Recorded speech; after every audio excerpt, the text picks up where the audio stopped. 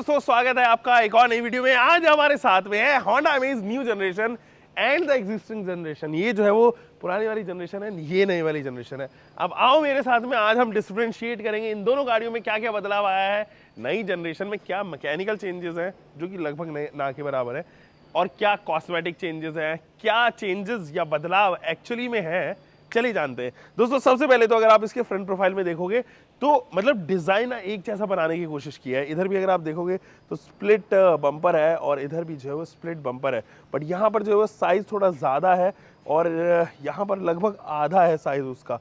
और split bumper के साथ में ये वाली जो फिनिश आप यहाँ पर देख पा रहे हो, जो क्रोम की आईब्रो है, ये तो ऊपर तक फ्लोट होते हुए जाती है, बिल्कुल वैसे जैसे पुराने वाली जनरेशन में भी ये फ्लोट होते हुए जाती है। अब दोस्तों ज़रा बात करते हैं, जैसे कि आप इसकी हेडलाइट यूनिट देखो तो थोड़ा और पास में अगर मैं आके दिखाऊं, दो बैरल यहाँ पर ऑफर किए गए हैं और दोनों एलईडी सेक्शन के साथ में आते हैं। यहाँ पर जो है वो आपके पास में ब्लैकआउट कर दिया गया है, ऊपर डीआरएल ऑफर की गई है और कुछ ऐसा हेडलाइट यूनिट काफ़ी एग्रेसिव ये लगता है। नीचे जबकि जो है वो इसकी हाउसिंग, उसमें कोई क्रोम वगैरह ऐसा नहीं है और बड़ी रखी गई है। और यहाँ पर भी जो है वो आपके पास में एलईडी प्रोजेक्टर स्टाइल्ड ही यहाँ पे जो है वो फॉग लैंप यूनिट भी है। वैसे अगर आप इसकी फॉग लैंप यूनिट देखो तो हूबहू वही फॉग लैंप यूनिट है, बट उसकी हाउसिंग का डिज़ाइन काफ़ी अलग है। यहाँ पे क्रोम पैटर्न जो है वो आ चुका है और कुछ अलग एलिमेंट्स यहाँ पर दिए गए हैं इसकी हाउसिंग में। लेकिन जो हेडलाइट यूनिट है ना, वहाँ पर टर्न इंडिकेटर है, नीचे डीआरएल ऑफर की गई है, जबकि उसमें ऊपर ऑफर की गई थी ये डीआरएल पार्ट है। एंड ये प्रोजेक्टर हेडलाइट सेटअप है, एलईडीज के साथ में ही ये भी जो है वो दे दी गई है। यहाँ अगर आप ग्रिल पे देखोगे तो क्रोम की फिनिश है with big Honda logo here. नीचे जो है वो आपके पास में बहुत सारा स्पेस दिया गया है और कोई भी यहाँ पर जो है वो ऐसा रडार वगैरह तो हालांकि अभी भी नहीं है, यहाँ पर जो है वो कुछ ऐसा नहीं आता है। इस तरफ हालांकि अगर आप ग्रिल देखें, काफ़ी बड़ी ग्रिल है और कोई भी जो है वो क्रोम अननेसेसरी का यहाँ पर नहीं है। होंडा का बैज है, नीचे अगेन स्लैंट्स दिए गए हैं ताकि हीट जो है वो ईजिली कन्वेक्ट की जा सके। दोस्तों यहाँ पर अगर आप ये जो करेक्टर लाइंस देख रहे हैं इसके बोनेट पे, ये लगभग बराबर है, बिल्कुल वैसा सा ही है देखने में, कुछ ज़्यादा बदलाव इसके अंदर नहीं है। ऐसा सा ही इधर भी जो है वो देखने को नज़र आता है। वाइपर सेट हो या विंडशील्ड एरिया हो, ये एक जैसा नज़र आता है। मुझे लगता है कि शायद ये सेम ही विंडशील्ड इस्तेमाल की गई है इस वाली जनरेशन में भी। वाइपर सेट भी वही है और वहीं पर प्लेस किया गया है इसका वाटर जेट भी। अब यहाँ अगर आप देखेंगे तो कैमरा ज़रूर इंट्रोड्यूस हो गया है इस विंडशील्ड पे, और ये कैमरा जो है वो एडास के बलबोते आया है, एडास आ गया है इस गाड़ी में। साइड प्रोफाइल में बहुत ज़्यादा बदलाव नहीं है दोस्तों। सबसे बड़ा बदलाव एक तो इसके ORVM के नीचे, यहाँ अगर आप देखोगे तो लेन कीप कैमरा आपको ऑफर होता हुआ नज़र आएगा और यहाँ पर भी रिक्वेस्ट बटन है और ये जो है पार्ट शेयर किया गया। अगर आप इस तरफ देखें बिल्कुल वैसा ही हूबहू जो है वो देखने को नज़र आएगा। कोई क्रोम लाइन इधर नहीं है और कोई क्रोम लाइन इधर भी नहीं है। ORVM का डिज़ाइन बिल्कुल सेम है। और पीछे ज़रा चलते हैं, एलॉय व्हील्स का डिज़ाइन अगर आप देखोगे तो उसमें भी बदलाव है। यहाँ पर काफ़ी सारे स्लैंट्स आ गए हैं इस तरफ, हालांकि जो है वो आपके पास में बड़े बड़े स्पोक्स इंट्रोड्यूस होते हुए नज़र आएंगे। यहाँ हालांकि अगर आप देखेंगे तो आपके पास में स्प्लिट टेल लाइट यूनिट है और पीछे रियर में काफ़ी बदलाव आया है। ये तो बिल्कुल ही होंडा सिटी इंस्पायर्ड लगा दी यार यहाँ पे, मतलब इसमें तो बहुत चेंज है। 3D है यहाँ पर और 3D प्रोजेक्शन के जैसा जो है वो लुक लाइक है। एलईडीज का इस्तेमाल है, turn indicator and reverse lamp इधर ही ऑफर किए गए हैं। iWAY-TEC होंडा अमेज की बैजिंग और इधर जो है वो होंडा का लोगो। नीचे दो रिफ्लेक्टर्स जो है वो है, यहाँ पर थोड़ी कॉस्ट कट की गई है क्योंकि दो ही रिफ्लेक्टर दिए गए हैं एंड दो ही सेंसर्स दिए गए हैं actually, I am so sorry. और इधर अगर आप देखेंगे तो आपके पास में क्रोम भी है, 4 पार्किंग सेंसर्स भी है, रियर का पार्किंग कैमरा भी है और अमेज और iWAY-TEC वो तमाम बैजिंग जो है वो इधर दी गई है।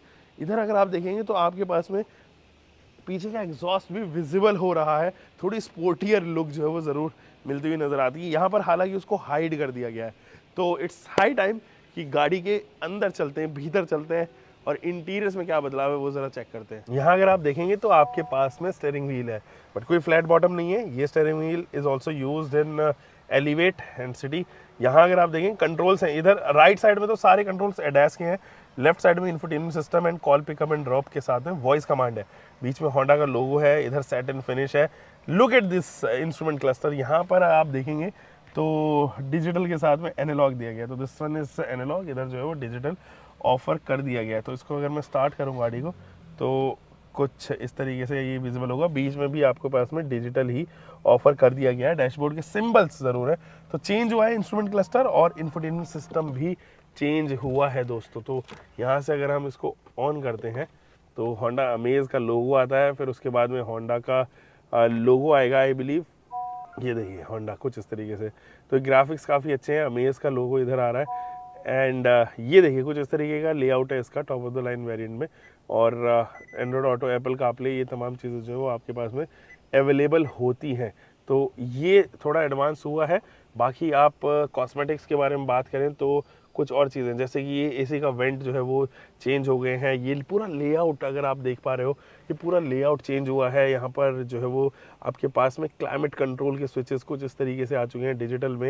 एंड नीचे अब जो है वायरलेस चार्जिंग का ऑप्शन आता है। हालांकि 2 USB आते हैं, USB A type he offer की गई हैं और इधर 12 वोल्ट का DC सप्लाई है। इधर 2 कैन होल्डर्स ऑफर कर दिए गए हैं। बाकी चीज़ें या बाकी लेआउट या बाकी सीट्स वगैरह जो है वो बिल्कुल एज इट इज़ वैसी ही है जैसे हम काफ़ी टाइम से अमेज में देख रहे हैं। इट्स टाइम कि हम अमेज पुरानी जनरेशन में चलते हैं। हालांकि इस वाले स्टेयरिंग व्हील को अगर आप देखोगे तो ऑब्वियसली थोड़ा आउटडेटेड वाली फीलिंग आएगी। यहाँ पर ना थोड़ा क्लिटर्ड वाले आपको बटन्स देखने को नजर आएंगे, थोड़ी आवाज़ करते, खट खट का आवाज़ करते हैं। यहाँ पर सेटिन फिनिश है, इधर भी सेटिन फिनिश है और दोनों साइड जो है वो पैडल शिफ्टर इधर आ चुके हैं। एंड यहाँ अगर आप देखेंगे तो होंडा का लोगो है बीच में। हालांकि जो इंस्ट्रूमेंट क्लस्टर है वो कम्प्लीटली एनालॉग ही दिया गया है, बीट RPM मीटर और स्पीडोमीटर बीच में MID ज़रूर ऑफर कर दी गई है। डैशबोर्ड के सिंबल्स हैं और बाकी अगर हम इस बारे में डिजीपैड के बारे में बात करें तो कुछ इस तरीके का डिजीपैड जो है वो यहाँ पर इंट्रोड्यूस किया गया है। बटन है, यहाँ पर पावर का बटन है और अभी एक्टिवेट नहीं हो रहा है फॉर सम रीज़न। इसके जस्ट साइड में हैजार्ड लैम्प दिया गया है। इसका लेआउट जो है काफ़ी नॉर्मल है और ये क्योंकि फ्लोटिंग नहीं है तो थोड़ा डेटेड नज़र आता है, क्योंकि स्क्रीन जो है यहीं पे लगा हुआ है। पियानो की फिनिश है, कुछ इस तरीके का क्लाइमेट कंट्रोल है और नॉब्स वगैरह जो है वो ज़्यादा है। इधर USB A टाइप है, एक USB और एक 12 वोल्ट का DC सप्लाई आपको ऑफर होता हुआ नज़र आएगा। एंड बाकी स्टोरेज स्पेस वगैरह बिल्कुल वैसे ही। एंड क्योंकि ये CVT ट्रांसमिशन है तो आपको कुछ ऐसा CVT मिलेगा। आर्मरेस्ट आपको इधर भी ऑफर नहीं होता है। बाकी और चीज़ों के बारे में बात करें जैसे कि सेटिन फिनिश इधर है, हार्ड प्लास्टिक का इस्तेमाल किया गया है एंड नीचे ग्लव बॉक्स कुछ ऐसा ऑफर किया गया है। और इसको बंद करते हैं, IRVM इधर हालांकि पार्ट शेयर किया गया है लाइट्स वगैरह में एंड सनवाइजर कुछ ऐसा विद वैनिटी मिरर। और यहाँ पर भी कोई कार्ड वगैरह सच नहीं है। ग्रैब हैंडल हालांकि यहाँ पर जो है वो ड्राइवर साइड दिया गया है, बहुत कम गाड़ियों में ड्राइवर साइड जो है ग्रैब हैंडल इस्तेमाल किया जाता है, यहाँ पर दिया गया है for some reason, I don't know why. और जिनकी हाइट थोड़ी ज़्यादा होगी शायद ये स्ट्राइक कर सकता है। एनीवे चलिए अब इसकी सेकंड रो में चलते हैं। यहाँ दोस्तों अगर आप देखेंगे तो नी रूम जो है वो अच्छा है, लेग रूम भी अच्छा है, कोई समस्या उसमें नहीं है। और हेड रूम वगैरह उसमें कोई परेशानी नहीं है। ग्रैब हैंडल है, कोई कोट हुक नहीं है। AC के नए वेंट्स आ चुके हैं, 12 वोल्ट का DC सप्लाई है, एक स्टोरेज स्पेस ऐसा दिया गया है जो एक्चुअली में यूज़फुल हो। लगभग फ्लैट बॉटम है, यहाँ से भी एक आर्मरेस्ट है और काफ़ी फॉल डाउन कर जाता है ये। और कैन इसके अंदर आते हैं दो जो है वो यहाँ पर आपके पास में 1 2 3 हेडरेस्ट ऑफर किए गए हैं। हालांकि ये जो है वो एडजस्टेबल नहीं है बट कोई परेशानी मुझे जो है सच नहीं हो रही है इनको इस्तेमाल करने में। यहाँ पर रूफ लाइन नीचे आ जाती है तो इसकी वजह से ज़रूर मेरा हेड जो है वो रब हो रहा है। मेरी हाइट 5 फुट 10 इंच है, उस हिसाब से यूज़ करने में मुझे लगता है कि थोड़ा सा हेडरेस्ट को परेशानी होगी। बाकी तो दूसरे वाले की सेकंड रो में चलते हैं। दोस्तों अगर आप यहाँ पर इसकी सेकंड रो में आओगे तो स्पेस लगभग बराबर सा ही है, ऐसा बहुत ज़्यादा अंतर मुझे महसूस नहीं हो रहा है। सीट्स भी लगभग सेम सी हैं। पीछे हेडरेस्ट हालांकि मुझे लगता है कि यहाँ पे आने चाहिए थे, ये तो बिल्कुल ही यूज़ नहीं हो पा रहे हैं हेडरेस्ट। ग्रैब हैंडल है, यहाँ पर भी कोई कोट हुक नहीं है। AC के वेंट्स यहाँ पर नहीं है, तो नया इंट्रोडक्शन वहाँ पर जो है AC के वेंट्स में हुआ है और 12 वोल्ट का DC सप्लाई तो यहाँ पर आता ही है। लगभग फ्लैट बॉटम ये भी है, तो वो तमाम चीज़ें लगभग सेम ही है। और इंजन जो है वो बदला नहीं है, इंजन इज सेम। कॉस्मेटिकली बहुत ज़्यादा चेंजेस आए इस गाड़ी के अंदर अगर मैं बात करूं, सच में मतलब ऐसे चेंजेस हैं जो वेलकमिंग है और कुछ चेंजेस ऐसे भी हैं जो कुछ चेंजेस किया, मैं कह रहा हूँ एक अपग्रेड ऐसा है जो सनरूफ है जो इस सेगमेंट में एक्चुअली डिजायर में ऑफर किया था। एंड होंडा हमेशा फर्स्ट मूवर एडवांटेज लेते आया रहा है सनरूफ को लेके। जैज में उन्होंने दिया, WRV में उन्होंने दिया, तो सबसे पहला फर्स्ट इन द सेगमेंट जो है वो उनके सनरूफ हुआ करते थे।